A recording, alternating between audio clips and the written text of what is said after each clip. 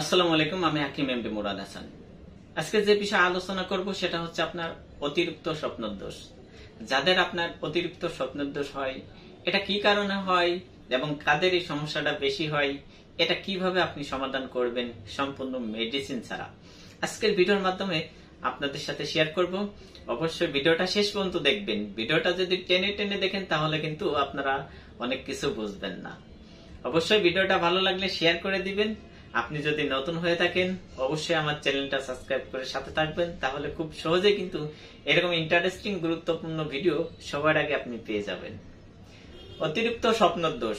যে সকল পুরুষদের আপনার অতিরিক্ত স্বপ্নের দোষ হয় তারা দেখবেন দিন দিন আপনার শুকায় যাইতেছে, মিজাজ খিটখিট করবে, আপনার খাওয়া দাওয়ার মন থাকবে না, ঘুম ঠিক মতন হবে না, কারুর কথা ভালো লাগবে না।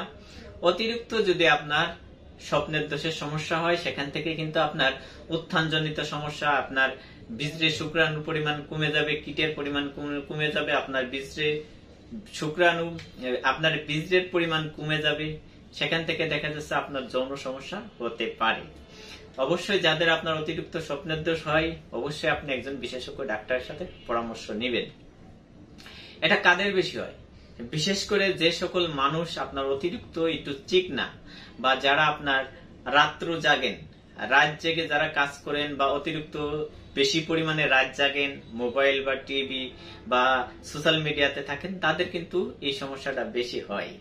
বিশেষ করে যে সকল পুরুষের আপনার শরীরের কাম শক্তি, কাম ভাবটা একটু বেশি, তাদের কিন্তু উত্তেজনা বেশি হয়, তাদের কিন্তু আপনার এই অতিরিক্ত স্বপ্নের দোষের সমস্যা হতে পারে।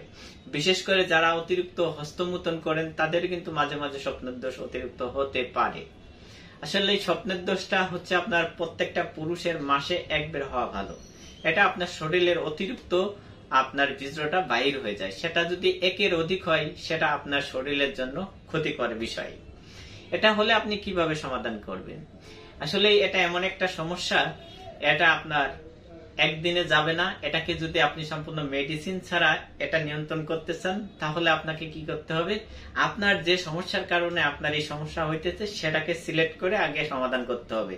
আপনার যদি অতিরিক্ত রাত জাগার কারণে আপনার এই সমস্যা হয় তাহলে আপনার রাত জাগা কমিয়ে দিতে হবে।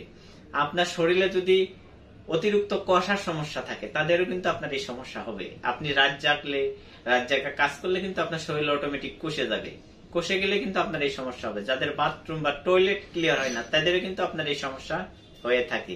অবশ্যই আপনার হজম শক্তি বাড়াইতে হবে। হজম শক্তি বাড়লে, ক্ষুধা বাড়লে, তাহলে কিন্তু আপনার শরীর সতেজ থাকলে, আপনার শরীরের ওয়েট আস্তে আস্তে দিন দিন বাড়তে থাকলে কিন্তু আপনার এই সমস্যাটা অটোমেটিক কমে যাবে। এই জন্য আপনাকে অবশ্যই খেয়াল রাখতে হবে অতিরিক্ত যাতে শরীর কষা না থাকে। এটার জন্য আপনার অতিরিক্ত পানি সেবন করতে হবে, তরল জাতীয় খাবার খেতে হবে, অতিরিক্ত রাত জায়গা থেকে বিরত থাকতে হবে। এছাড়া যারা আপনার কন্টিনিউ দেখা যাচ্ছে অনেকের কিন্তু সপ্তাহে 2 বার বা 5 বার বা 3 বার এরকমের হয়, মাসে আপনার 5 থেকে 7 বার এই সমস্যা হয়, তারা কিন্তু আপনার একটা কাজ করতে পারেন। রাত্রে যে সময় ঘুমাইতে যাবেন তখন কিন্তু আপনার নরমাল পানি 1 গ্লাস পান করতে পারেন।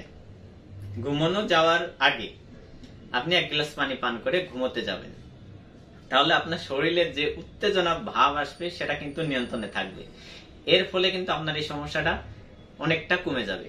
দ্বিতীয় হচ্ছে আপনার যে সময় আপনি রাত্রে শুতে যাবেন অবশ্যই আপনি উবুর হয়ে শুবেন না, আপনি কাত হয়ে শুবেন, তাহলে কিন্তু আপনার এই সমস্যাটা রোধ হবে।